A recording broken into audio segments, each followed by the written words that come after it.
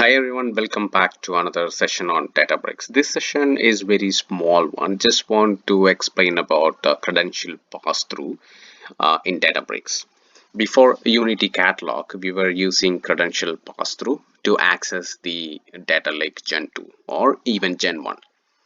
So Databricks, this is the legacy access criteria in Databricks, but Databricks highly recommend to use Unity Catalog now, which I am giving more details in my other videos. Separate playlist is there. You can go and watch that.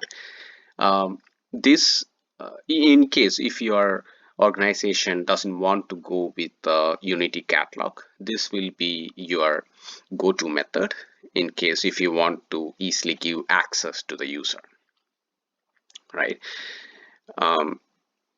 Once you enable credential pass-through, then Unity Catalog will not work. It's vice versa, right? So once you enable this one, you don't need to mount the Gen 2 storage or Gen 1 storage in Databricks. It will use your Active Directory ID. Now it is termed as Entra ID, Microsoft Entra ID. If your Entra ID is having access to the lake, the same access policy it will use while trying to access from notebook. That's the beauty of this, right? Now, to demonstrate this one, I have created the Databricks workspace and also one storage, simple storage. If you look at the cluster while creating, you need to make sure that this checkbox should be enabled to enable credential pass-through for user level data access. That's the only thing you need to click that. If you remove this one, then you need to go for Unity Catalog for access criteria, or you can mount the storage to here. All right, so let it be there, and let me start this compute. Okay, this one you can just start this. All right, now let's go to the storage. This is our storage, and if you look at the storage, it's a very simple one. If I go here in the blob container, in the root, I have created one test CSV. So we can use the same file for our demo. It's nothing, just one entry you have it. And if you want to see the data, normally it shows here, but that's okay. It's not showing, but I can show you later.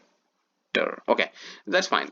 We can access the data from the Databricks and see it, right? Now, so before going to Databricks, you need to give access to your user, right? How do you give?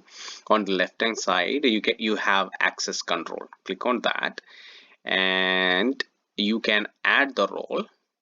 Role should be like blob contributor role, right? If you click that, you can see the members. I already added the member. In case if it is not, that you can select the member here on the right hand side, come here and type your email ID, right? So you can type it, that will search, and you can select that, review and assign. So once you have assigned this one, then this user will be able to access the data lake. Only thing is, Databricks, when you log in Databricks, you have to use the same login, right? Now let's go to cluster. Hopefully cluster might be up. No, still it is coming. So we'll wait for it. So once it comes, then we will see how we can access the data, right? Anyway, I created the workspace for that. So you can see untitled notebook. If you go there,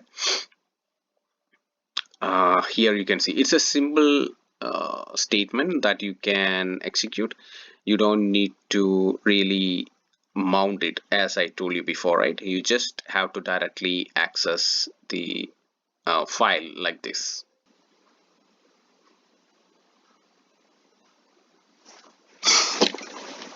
All right, now the cluster is up. I already executed, but again, for your information, let me execute this and wait and see what is the result, right?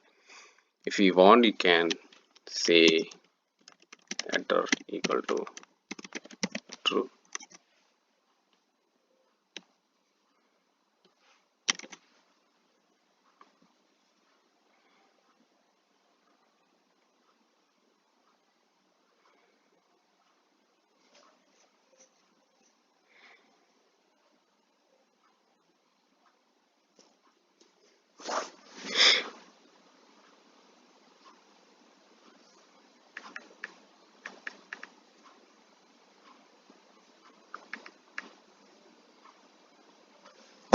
All right, this is how you can use credential pass-through.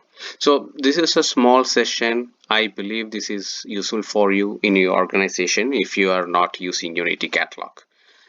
But stay tuned for more such videos. Thank you for watching. Enjoy. If you would like to receive more such videos, please like and subscribe to my channel. Also, if you would like to connect with me, I have provided my details here, my email and LinkedIn. So thank you very much.